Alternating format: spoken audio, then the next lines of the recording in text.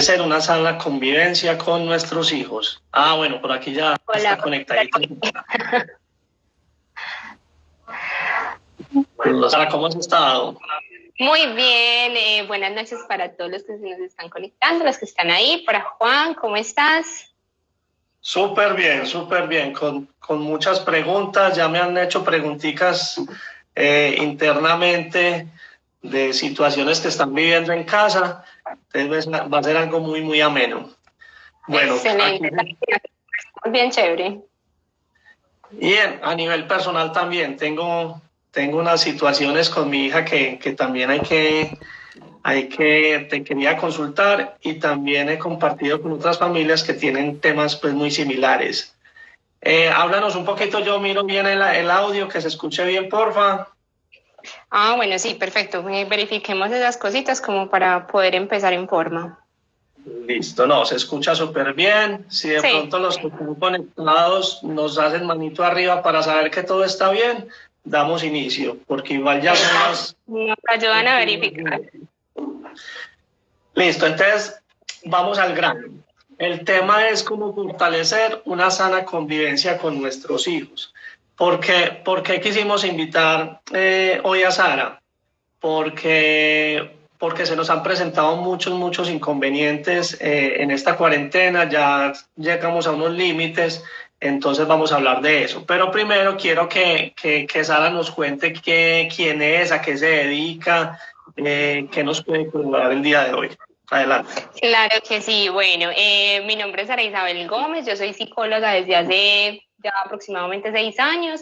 Desde el inicio de mi profesión vengo trabajando con niños, adolescentes y terapia familiar en torno a al acompañamiento emocional de los chicos, al acompañamiento comportamental, a la agresividad que de pronto pueden presentar en algunos momentos, pautas de crianza, acompañamiento efectivo en el hogar en cuanto a las tareas, bueno, como todo el acompañamiento a los chicos. Y por supuesto trabajo muy de la mano con niños con dificultades en el desarrollo, con algún diagnóstico en neurodesarrollo. De hecho, trabajo en un centro de atención médico, se llama Centro de Atención Neuropediátrico Integral, CEMPI, que es especializado para niños con dificultades en el desarrollo. Entonces, estoy pues como trabajando constantemente todos los días con los niños.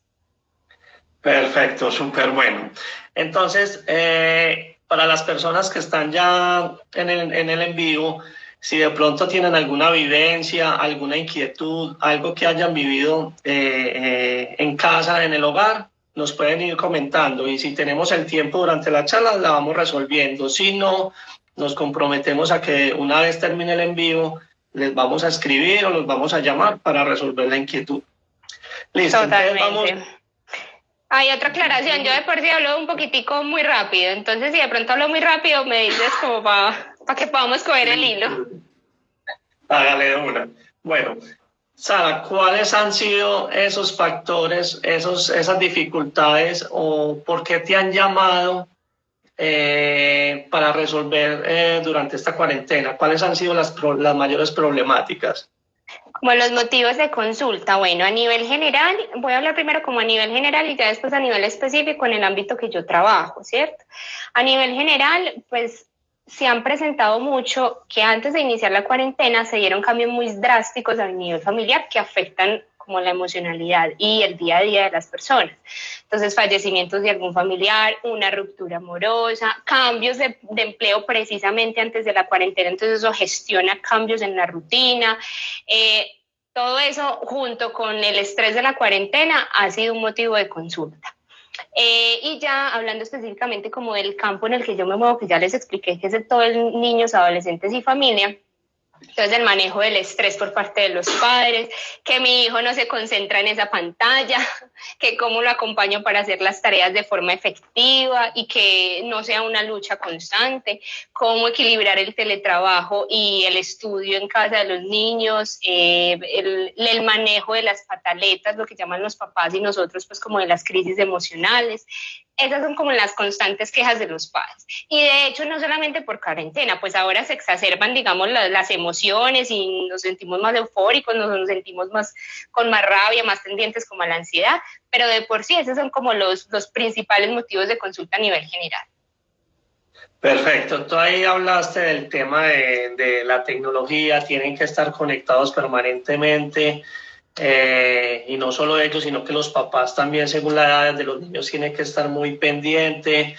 En los tiempos libres, de pronto, cuando estamos en las casas, no tenemos mucha actividad física que hacer si no somos juiciosos. Entonces, ¿cómo sacar a los niños de que listo, terminaron la clase y no estén nuevamente con un celular, viendo televisión, en la tablet? De pronto, ¿qué mecanismos podemos hacer para sacarlos también de tanta tecnología? Bueno, en cuanto a eso, hay muchas opiniones por parte de los profesionales pues, de psicología como muy divididas. ¿Por qué te lo digo? Porque lo he escuchado, ¿cierto? Entonces hay unos profesionales que dicen, no, pues es que estamos en un tiempo de crisis y hay que aprovecharnos de la tecnología como para minorar un poquito como esa ansiedad. Sin embargo, mi opinión es que no. Debemos seguir teniendo una rutina estructurada y establecida. ¿Por qué? Primero, el cerebro de los chicos está aún en proceso de desarrollo. O sea, los chicos son en este momento 70% del cerebro emocional.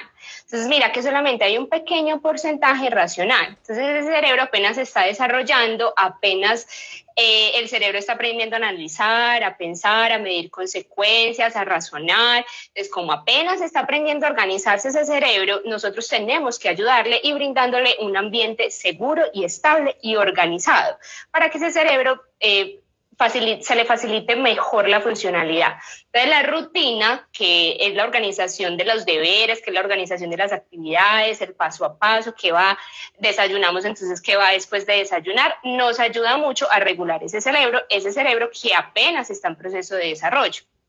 Entonces, lo primero, como para evitar esos momentos largos de esparcimiento, es una rutina establecida.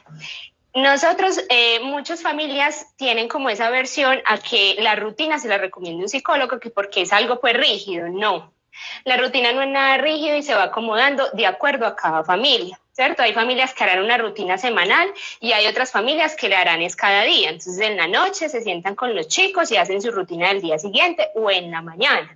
La idea es que los chicos participen en esa elaboración de rutina para que se apropien más como de sus propias actividades. Entonces, ¿qué es importante en una rutina? Respetar el tiempo de esparcimiento, de ocio, sacarle un tiempo a esas dos actividades, respetar el tiempo de estudio, respetar el tiempo de sueño, respetar el tiempo de alimentación, ¿cierto? Estos son como los factores más importantes a tener en cuenta en una rutina. ¿Por qué es importante también mantener como esos tiempos limitados como en ver televisión, bueno, en el tiempo como de esparcimiento, porque es como una inversión a futuro. La cuarentena no nos va a durar pues toda la vida. Entonces, para después acoplarlos a ellos otra vez nuevamente a un estudio, a una rutina mucho más larga de ir al colegio, de tenerse que levantar más temprano, tener un lapso más largo pues de estudio, entonces va a ser un caos, o sea, va a ser una guerra. Por eso es tan importante seguir manteniendo una rutina y medirles el tiempo como de ocio y de esparcimiento. Y creo que las familias o los papás le tienen mucho miedo como a la aburrición de los hijos, porque se sienten en la obligación de ocuparlos. Y no, los niños son supremamente creativos. Uno los deja, les crea la necesidad y ellos se inventan el juego, hasta con unas hormiguitas, pues. Entonces es como crearles la necesidad de, ya pasó el tiempo de televisión, de tecnología, de play. Ay, ¿que entonces qué hago? Pues mire para el techo, dibuje los planetas en el techo, juegue con las hormigas, mire cómo funcionan las hormigas, pues eso les da como el espacio a la creatividad, a la resolución de problemas, y de verdad salen cosas muy chéveres cuando uno les crea esa necesidad. Sara, ahí estabas hablando pues de manejar muy bien esos tiempos y pues por experiencia propia, si uno está trabajando desde casa, los niños también están trabajando, entonces ya hay que hacer desayuno, almuerzo y comida, estamos súper ocupados, ya por la noche igual estamos cansados. ¿Cómo puedo fortalecer yo ese vínculo de hijo con padre, hija con madre y aprovechar esta situación? Porque decimos, sí, estamos en la casa, estamos todos juntos, pero puede que ni siquiera estamos juntos. Ahí estamos. Sí. Cada uno como en sus actividades, sí. Bueno, ahí más que el tiempo en cantidad, es el tiempo en calidad. ¿Cómo? A ver, lo que tú dices de fortalecer el vínculo. ¿Qué es el vínculo? Partamos primero de qué es. El vínculo es el lazo afectivo que yo creo, pues que se crea entre padre e hijo. ¿Cómo se crea ese lazo afectivo? La forma en cómo yo, como papá, interacciono con mi hijo. Entonces ves que hay muchos papás que interaccionan de diferentes maneras. Unos interaccionan de manera un poco más agresiva, más tosca, más punitiva, otros un poco más sobreprotectores, otros un poco más permisivos. Entonces esa es la forma en cómo yo voy creando el vínculo con mi hijo. En ese vínculo, gracias a ese vínculo es que el niño se va creando una identidad, lo que piensa de sí mismo, cómo me ven las personas, cómo me relaciono yo con mi entorno, con el mundo y cómo voy a establecer en un futuro las relaciones sociales. Entonces el vínculo es principal y es base, pero más que el tiempo en cantidad es el tiempo de calidad. Entonces, ¿cómo fomentar un vínculo, un apego seguro, fuerte, duradero, estable y tranquilo? Lo primero, bueno, no sé si han visto... Hablando de eso del tiempo, aquí Nati Pérez nos dice, además, el tiempo libre fomenta la toma de decisiones. Total, eso es muy cierto. Fomenta la toma de decisiones porque les creamos un problema, entonces ellos tienen que buscar las soluciones. Bueno, volviendo al tema, bueno, les estaba contando que entonces cómo fomentar ese apego. No sé si han visto que hay muchos papás o uno mismo en la dinámica ve que cuando uno va a conversar con el hijo es a punta de preguntas. Entonces se vuelve como no una conversación, sino un interrogatorio. Ya si tomaste el desayuno, si te comiste la lonchera y te mandaron tareas, ¿sí? ¿Y qué responder ellos? Sí, no, sí, no. Se vuelve como un interrogatorio y lo que hay que crear es un espacio de confianza, es un espacio, y eso es con tiempo. Más que todo hablo, por ejemplo, de los adolescentes. A los adolescentes les cuesta mucho poder poner en palabras lo que piensan, poder poner en palabras lo que sienten, entablar ese vínculo de confianza con los padres. Entonces, es de tiempo, es de ser conscientes nosotros que para esperar un diálogo por parte de ellos lo tengo que generar yo primero. Entonces, una comunicación, evitar los interrogatorios, las preguntas cerradas y más como preguntas abiertas partiendo de las experiencias propias. Entonces estamos comiendo y el perro que me encontré en la mañana, la vecina que me dijo tal cosa, partiendo de esas cosas como triviales es que se empieza a gestar una conversación y es con el tiempo. Porque muchos papás creen que entonces como ya conversamos así, sin preguntas cerradas en la cena, entonces ya él va a conversar, ¿no?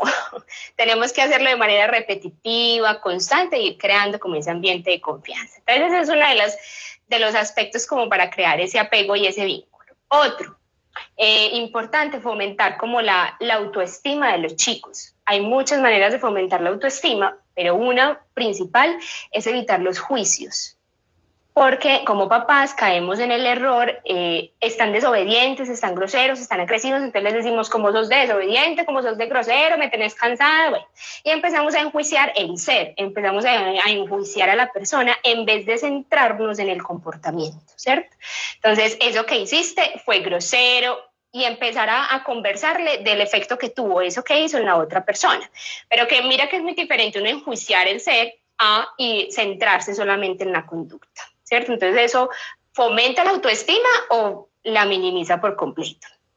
Otro aspecto de la autoestima es que en el cerebro hay unas hormonas de la felicidad. En realidad son 4. Entonces la idea es fomentar esas hormonas de la felicidad. ¿Cómo? Pues con el contacto físico, el abrazo, las cosquillas, los besos, los mensajes, noticas con mensajes bonitos, o que abra el cuaderno y vea una nota de la mamá. Eso va estimulando esas hormonas de la felicidad. O recordar momentos felices, o pues compartir momentos juntos, ayudándolo a... ayudándolo a cuando ellos tienen una meta y nosotros estamos ahí acompañándolos a cumplir la meta, eso eleva la autoestima y nos hace compartir momentos juntos. Súper chévere, ¿sabes? Ahí están como los factores importantes para el fortalecimiento del vínculo. La comunicación, el fomento de la autoestima y producir esas hormonas de la felicidad por medio del contacto y por medio del tiempo juntos.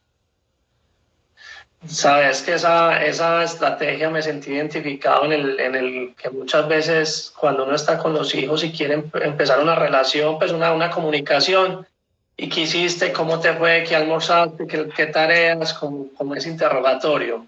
Pero hay que hacer un ejercicio y contar algo. Imagínate que hoy me encontré con alguien, o hoy me fue bien, o me pasó algo en el trabajo, Exacto.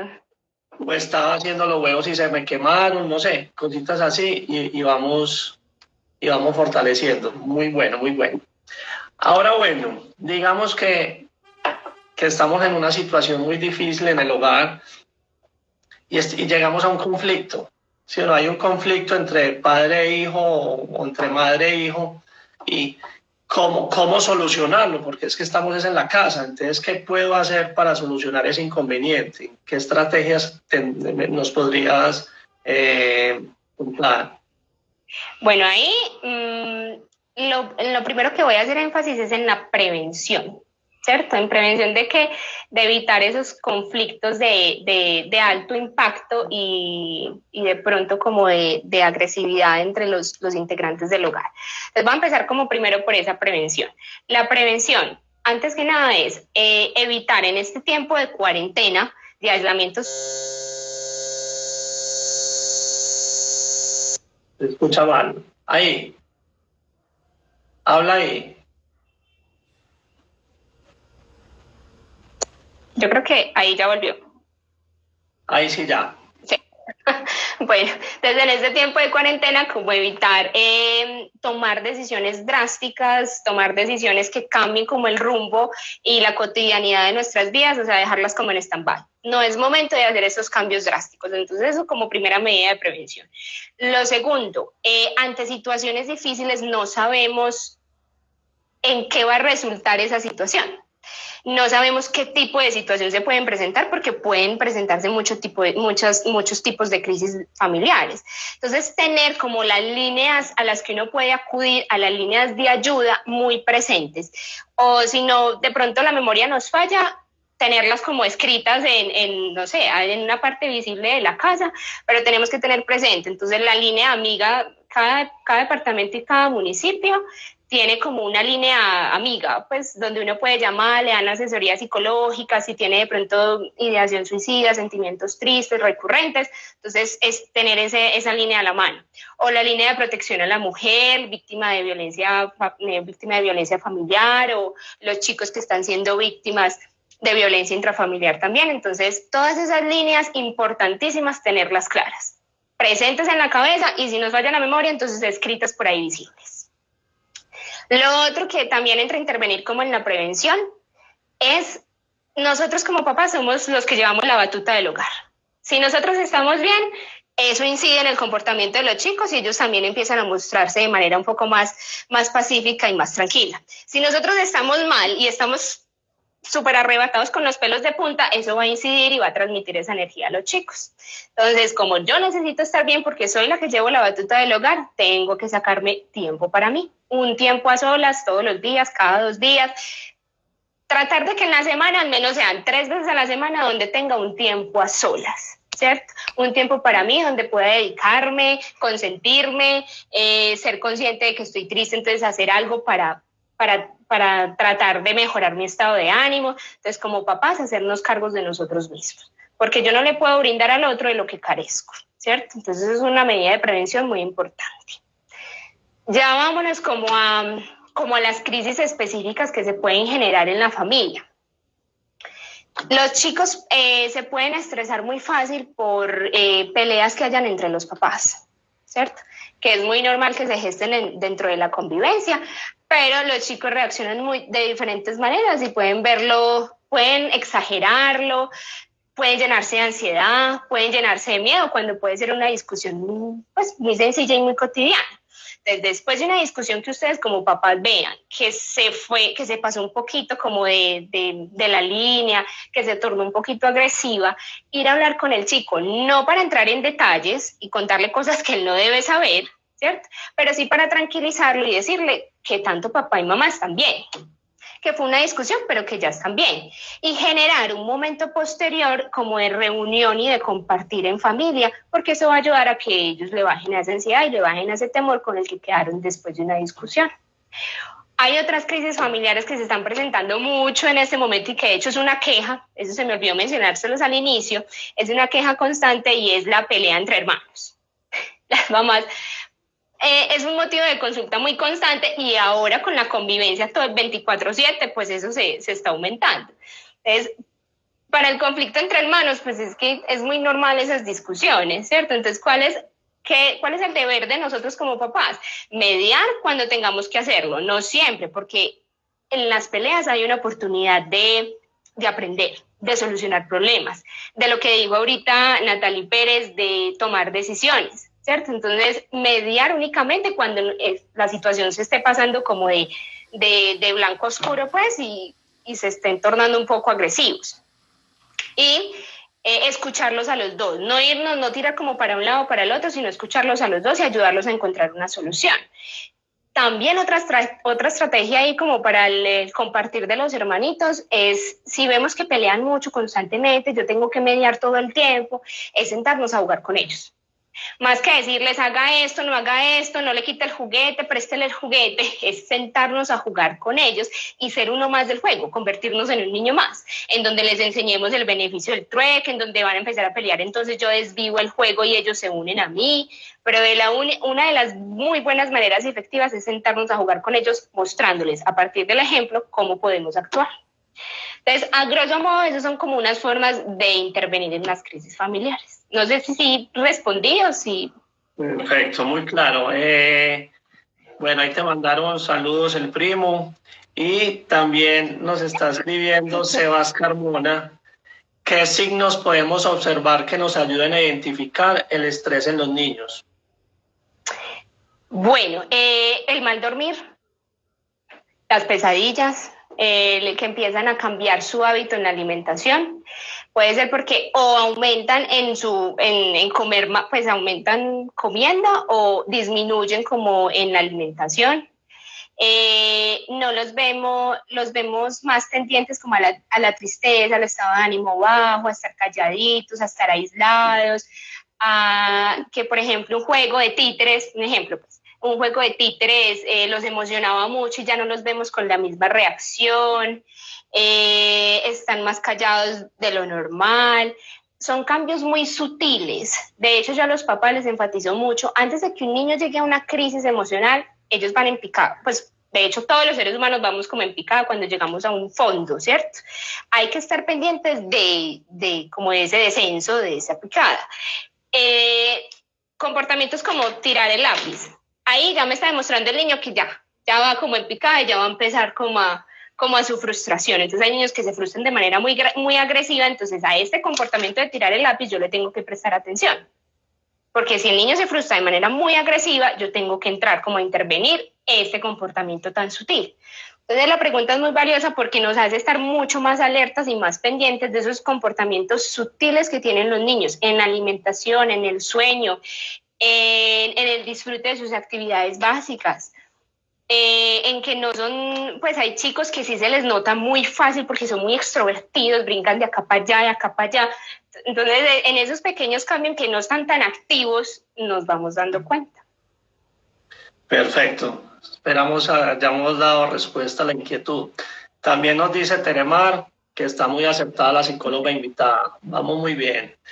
Bueno, por acá me escriben por WhatsApp, me dicen, bueno, empezaron muy bien los niños, pues un niño en el computador virtualmente con los profesores. Ya no quiere ni sentarse en el computador o si se sienta en el computador está disperso totalmente, las tareas ya no las quiere hacer. ¿Qué hacer ante esa situación? Bueno, llegamos al meollo del asunto, como decimos. Ese es el motivo principal por el que están consultando y es, bueno, primero papás, tener como mucha autocompasión, es decir, mucha paciencia con ustedes mismos, mucha comprensión con ustedes, mucho amor con ustedes, porque es que aparte de que somos papás, hijos, hermanos, tíos, la labor que desempeñamos en el trabajo, pues psicólogo, arquitecto o cualquier ocupación que desempeñemos en el trabajo, estamos teniendo que desempeñar el rol del profesor. ¿Cierto? Entonces estamos en las tardes dedicándonos más de lo normal, más tiempo de lo habitual al acompañamiento académico de los chicos. Entonces tener como esa paciencia con ustedes porque esa labor no es fácil y en la medida en que vaya avanzando el tiempo vamos a ir aprendiendo un poco más. Entonces tampoco llenarse como de exigencias, de expectativas, de por qué la mamá de este otro chico del salón ya tiene todo eso realizado y nosotros no hemos podido, ¿cierto? Empezamos como a compararnos y a llenarnos de expectativas y eso no nos va a facilitar el acompañamiento con los chicos. Entonces, lo primero es esa autocompasión, ¿cierto? Lo segundo, papás, hay algo que hay que entender, el cerebro de los niños funciona muy diferente al cerebro de los adultos. Ya dije que es 100%, 70% emocional, entonces ese proceso de raciocinio apenas está madurando. Aparte, los niños entienden el mundo a partir de 3 aristas. El primero, las emociones, el segundo es el juego y el tercero es el afecto. Entonces, a partir de esos 3 conceptos es que los niños se desarrollan, entienden, se relacionan y nosotros tenemos que ajustarnos a esos 3 conceptos para que ellos adhieran el mundo, el conocimiento del mundo mucho más fácil. ¿Por qué lo digo? Porque muchos papás hacen el momento de las actividades académicas, que es muy válido que lo hagan porque es que no tenemos las habilidades para eso, pero lo hacen de manera muy forzada y a veces de manera muy aburrida, ¿cierto? Entonces, esto nos está obligando a ser un poco más creativos, a meternos en el juego, a que el repaso de los números del 1 al 100 se convierta en un juego, se convierta en volvernos magos, se convierta en sacar toda la comida, espaguetis, frijoles, masmelos, gomitas, y empezar a hacer un juego con eso para estudiar matemáticas. ¿Sí? Ahí nos toca ser supremamente creativos porque, vuelvo y digo, los chicos entienden el mundo a partir del juego y va a ser mucho más ameno y no se va a volver en una batalla campal. ¿Sí? En forzarlos a estar en algo que para ellos les parece muy aburrido. Entonces eso, invertir en creatividad y nosotros volvernos niños es sumamente importante. De hecho, hay unas páginas, no sé si las podemos escribir o cómo hacemos, hay unas páginas en Instagram de personas pues a las que yo sigo y me parecen muy valiosas porque enseñan cómo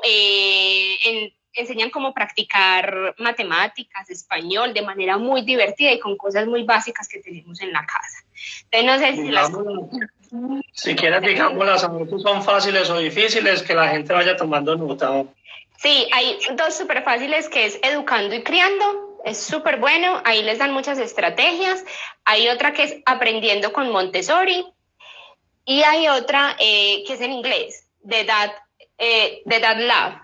Esas sí de pronto se las puedo copiar ahí. Yo la iba a escribir, pero mejor no, porque no sé. Entonces yo ahorita la escribo.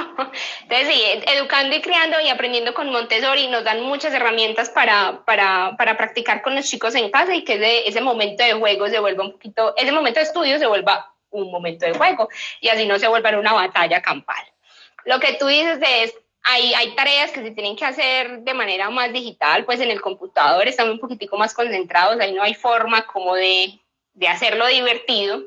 Entonces ahí es donde empieza uno en el equilibrio del teletrabajo y el estudio en casa o las clases virtuales, ¿cierto? Entonces ahí es muy importante primero nosotros como centrarnos, nosotros primero organizar nuestra rutina. Vuelvo y digo, nosotros somos los que llevamos la batuta de ese hogar. Entonces si nosotros nos centramos, organizamos nuestra rutina de trabajo, organizamos nuestro espacio de trabajo, ¿cierto? Es muy importante cuidar la salud, entonces el escritorio, la silla, bueno, como todo lo que ya sabemos, la iluminación, lo mismo con los chicos, la iluminación, el escritorio, silla, computador, bueno, todo lo que ya mucha gente sabe, eliminar distractores, celular, televisor, estar pendiente de las pestañas, que no se abran otro tipo de pestañas ahí arriba y ellos tengan la habilidad de interactuar con los juegos. Bueno, entonces adecuar el ambiente, muy importante. Lo otro, ubica o más bien organiza tu horario de trabajo en un momento en el que puedas hacer acompañamiento a los chicos en las tareas, pues va a ser mucho más fácil. ¿Cómo recomiendo yo eso? Estar en constante comunicación con la empresa. Yo creo que ahora las empresas están un poquito más abiertas por la contingencia, les toca ser más flexibles y más abiertas a escuchar las demandas de sus trabajadores por las necesidades que están pasando en las familias. Entonces hay empresas que están adecuando su horario, o que están adecuando pues como su trabajo no por horario, sino por objetivos diarios o metas. Entonces eso le da mucho más flexibilidad a uno para adecuar su horario y así poder hacer un acompañamiento a los chicos. Entonces yo recomiendo mucho comunicación con las empresas. Las empresas ahora tienen que estar muy abiertas como a escuchar esas demandas y esas necesidades y así ir adecuando como las rutinas. Otro aspecto muy importante como para equilibrar el teletrabajo y de esa manera equilibrar el acompañamiento del estudio de los chicos es el trabajo en equipo con la pareja, si tenemos pues la pareja, porque hay familias que son solamente papá o mamá, pero si tenemos la pareja, trabajo en equipo. Apoyarnos mucho en la otra persona, poner horarios de trabajo alternos, entonces tú en la mañana y yo en la tarde, para así poder hacer un acompañamiento efectivo en los dos horarios. Mucho trabajo en equipo porque si no se va a desgastar uno de los dos. Se desgasta, eso lleva a una crisis familiar, esa crisis familiar lleva entonces a tomar decisiones permanentes en un momento que no es recomendable, entonces volvemos como a todo lo que les expliqué anteriormente, ¿cierto? Entonces el trabajo en equipo y en apoyarse en la otra persona. ¿Ibas a decir algo, Juan? Sí, acá tenemos dos preguntas. Vamos con la primera de Nati Pérez. ¿Qué hacer cuando por el tema del coronavirus los niños comienzan a pensar todo el tiempo en la muerte y le dicen a la mamá que tienen miedo de quedarse solos? Sí, ¿qué hacer? Otra vez, ¿qué hacer con el tema del coronavirus? Los niños comienzan a pensar todo el tiempo en la muerte. Y le dicen a la mamá que tienen miedo de quedarse solos. Bueno, ahí hay que evaluar. Ya estamos en un momento pues de la cuarentena bastante largo, que hay que entrar a evaluar, a mirar cómo se hizo el acompañamiento inicial con los chicos, cómo se abordó este tema. Porque lastimosamente pues al inicio lo manejamos de la manera en que pudimos, ¿sí?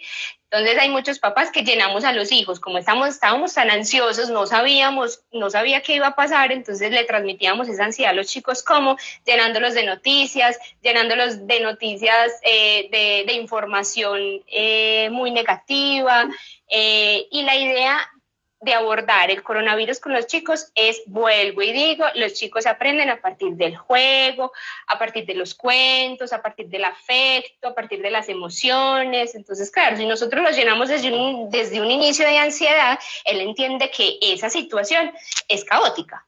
¿Sí? Entonces hay que entrar a mirar y evaluar cómo se hizo el acompañamiento desde el inicio, porque la idea de trabajar el tema del coronavirus con los chicos es a partir de cuentos, de jugar al doctor y al paciente. No se trata de disfrazarles y de maquillarles la información, no, pero sí de hacérselo no tan angustioso y tan fatalista como nosotros los adultos pues lo podemos ver. Entonces, hablar con ellos, preguntarles todos los días pues como generar un espacio de conversación frente al tema, si tienen dudas, hoy lastimosamente escuchaste las noticias, cuéntame qué te quedó rondando en la cabeza de esa noticia que vieron, qué piensas de la situación. Si ya es un poquitico más grande, entonces podemos empezar a preguntarle qué piensas de cómo lo están manejando en España, de que ya reabrieron todo, ¿cierto? Incluirlo como en la conversación para nosotros darnos cuenta de cuál es su estado emocional en ese momento. Y con los más chiquitos, a partir del juego, como les digo, de jugar al doctor, de hacer con plastilina esto del coronavirus, ¿cierto? El virus como tal, hacer una representación. Y cuando estemos próximos ya como a la apertura, que la mamá ya se tenga que ir a trabajar, obviamente eso no va a ser de un día para otro, uno ya le están avisando desde la empresa para que se vaya preparando y como todas las prevenciones que hay que tener. Empezar a hacer ese trabajo con el chico o con los niños, empezarlos a preparar. No disfrazándoles, vuelvo y digo, la información, ni tampoco diciéndoles que todo va a estar bien, porque puede que todo no esté bien, entonces cuando todo ande mal, ellos se van a frustrar y nos van a decir mentirosos y la van a coger contra uno, entonces ahí se nos sumaría otro problema, pero sí diciéndoles que si algo malo llegara a pasar, si algo difícil llegara a pasar, yo como mamá estoy con ellos. No los voy a dejar solos, los voy a acompañar. Si tal cosa llegara, podemos ponerles el ejemplo. Entonces, si tal cosa llegara a suceder, podemos hacer tal cosa. Porque los niños se angustian de que llegue tal problema y ellos no saben cómo actuar. Obviamente su cerebro racional aún se está desarrollando. Entonces, la idea es como papá decirles, si pasa tal situación, podemos hacer tal cosa para que ellos bajen esos niveles de ansiedad. Entonces, a los chicos hay que prepararlos una semana, en lo preferible, 2 semanas antes del cambio en la dinámica familiar, irlos preparando, irles hablando, conversar mucho con ellos de la situación y abordar el tema de manera más lúdica, pues y más desde el juego. Perfecto, Sara. Seguimos acá. Sí, no, está súper bien. Nos dicen por acá los huevos de Lola. Y si el estrés es mediante agresividad, ¿qué se puede hacer para no castigarlo todo el tiempo? Agresividad, ya a veces ya lo retan. ¿Cómo manejar esta situación? Bueno, ahí sí, a ver, para el manejo emocional de los chicos tendríamos que hacer otro en vivo, pues, porque es un tema largo, extenso y de muchas aristas, ¿cierto? Que hay que cogerlo con pincita.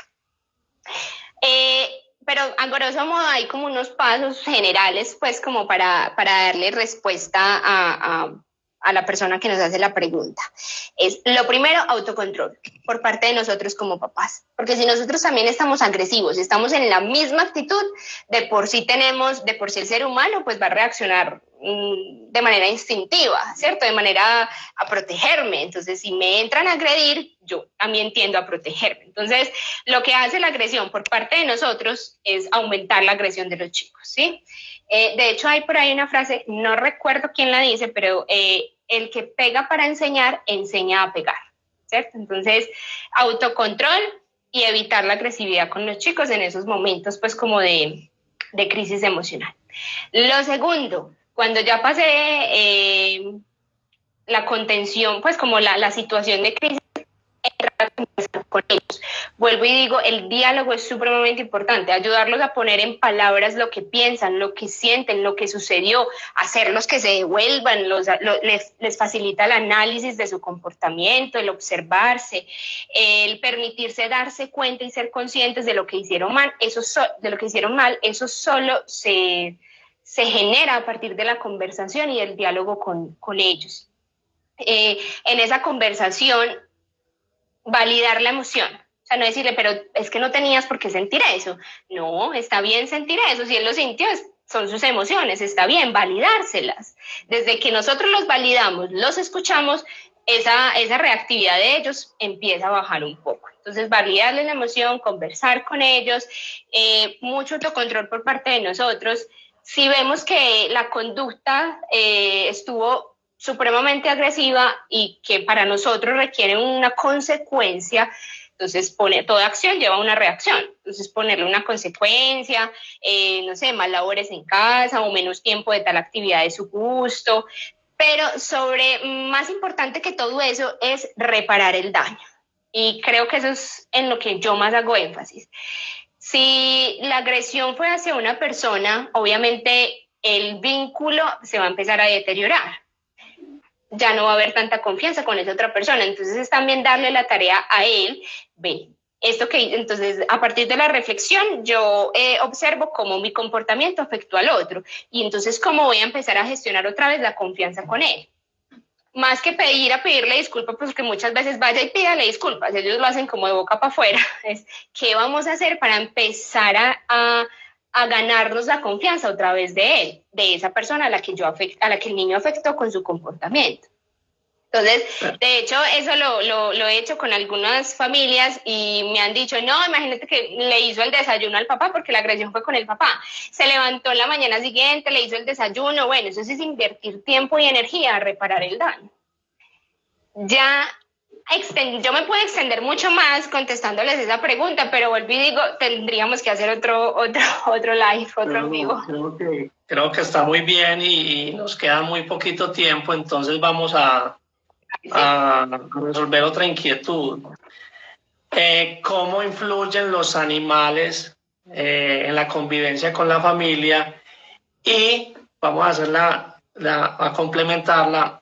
¿Y cómo consideras tú que los caballos pueden ayudar a que esa unión familiar sea mucho más amena? Bueno, voy a empezar pues con el tema de los animales para ir ya como al tema de los equinos. Bueno, ¿qué nos enseñan o por qué están en las familias o para los chicos tener un animal, pues un animal de compañía? Pues lo primero, nos genera seguridad, protección, bueno, y no solamente a los chicos, a nosotros también, pues los adultos, seguridad, protección, alivia un poquito esa sensación de soledad, aumenta la sensación de bienestar, facilita el establecimiento de lazos afectivos. Hay muchos chicos y muchos diagnósticos en que su dificultad es el relacionarme y la parte social, entonces el tener un animal nos va a facilitar ese establecimiento del lazo afectivo. A los niños específicamente les ayuda con la responsabilidad, con el autocuidado. Y hay algo, creo que muy valioso, es que los chicos son muy centrados en pensar en ellos. Yo, mis necesidades y mis deseos, ¿cierto? Es lo normal en los niños. Al tener un animal, empiezan a descentrarse y a pensar en ese animalito, en los deseos del animal, como en las necesidades del animal. Entonces eso ayuda como a descentrarlos, ¿sí? En la responsabilidad y en esa sensación como de bienestar. Eso es como lo principal de los beneficios de los animales, pues como en las familias. Ya hablando del tema de los caballos, creo que tiene un sinfín de beneficios, y partamos como de la estimulación en la función motriz y la estimulación pues en cuanto al tacto, visual, auditivo, kinestésico, ¿sí? Entonces, la estimulación por parte de la interacción con los caballos va a facilitar mucho este desarrollo de estas funciones. ¿Por qué lo digo? Por ejemplo, la función motriz. Sabemos que hay una motricidad fina y hay una motricidad gruesa, ¿sí? La motricidad fina es la que nos va a ayudar con el agarre de la pinza y empezar con ese proceso de escritura. Y la motricidad gruesa, pues la marcha, el equilibrio, la postura, ¿cierto? Entonces, la estimulación con el trabajo con los caballos, la equinoterapia, pues llamémoslo así, va a facilitar mucho y a potenciar esta función motriz, y por ende los va a hacer, como ya dije, que facilita como la motricidad fina y la motricidad gruesa, los va a hacer un poquito más independientes y más autónomos. Y por la parte, pues como de las sensaciones, hay dos canales. Los dispositivos básicos de aprendizaje pues son varios, pero los dos principales, no los principales, pero sí los dos primeros, son las sensaciones y las percepciones.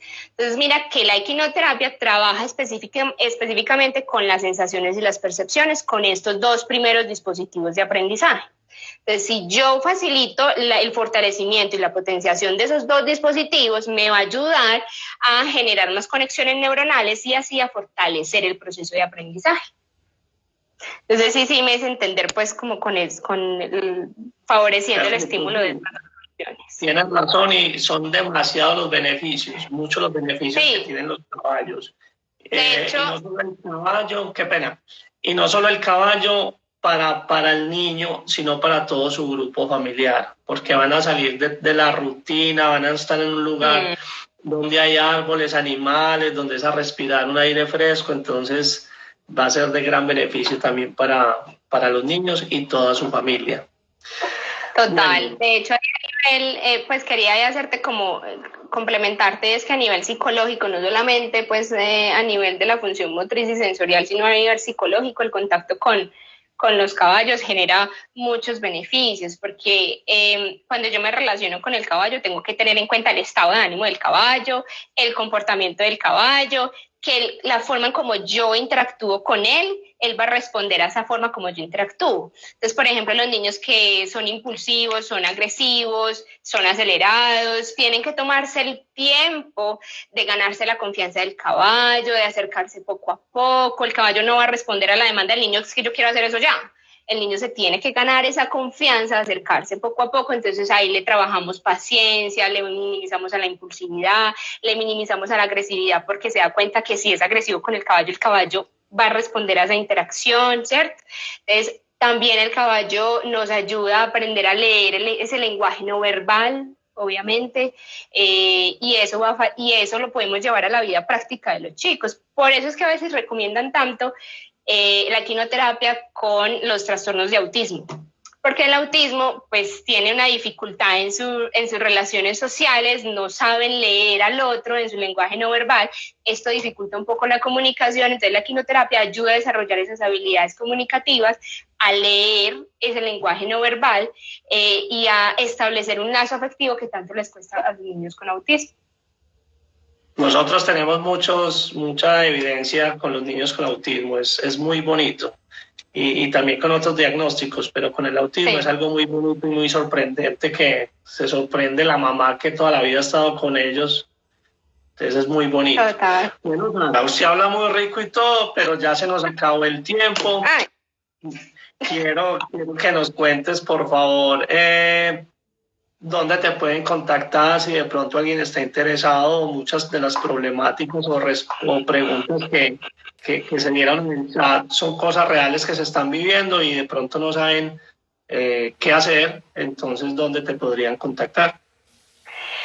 Bueno, ahí pues desde donde me estoy conectando, que es la página pues de psicología, la que yo manejo, desde ahí pues me pueden enviar un mensajito interno y yo estoy súper pendiente pues como de esa red, o a mi correo, ahí mismo en el perfil está mi correo donde me pueden contactar, sarailatina@gmail.com, pues pero ahí está, pues no se lo tienen que grabar ni correr pues a escribir, sino que ahí está y ahí lo encuentran. Por esos dos medios yo estoy súper pendiente. O pues si te quieren transmitir a ti como la pregunta con toda confianza y tú me la transmites a mí o me haces llegar el contacto y yo ya me comunico con ellos. Claro que sí. Sara, no, mil y mil gracias por aceptar esta invitación. Muchas gracias a todas las personas que se unieron, que interactuaron, que habían muchas inquietudes. Sabemos que hay muchas más y que es una situación difícil, pero hay que sacarle lo positivo a esto. Las sugerencias que nos hiciste hay que ponerlas en práctica, no solo para los niños, sino para uno mismo, que a veces de pronto está uno un poco agotado. Entonces es saber qué hacer y disfrutar la vida, sacarle lo bonito que podemos tener en esta cuarentena. Dios te bendiga, muchas gracias. Gracias. Y nos veremos nuevamente. Claro que sí, gracias por la invitación y estoy pendiente por cualquier dudita que necesiten, aquí estoy. Listo, feliz noche para todos. Igual, chao.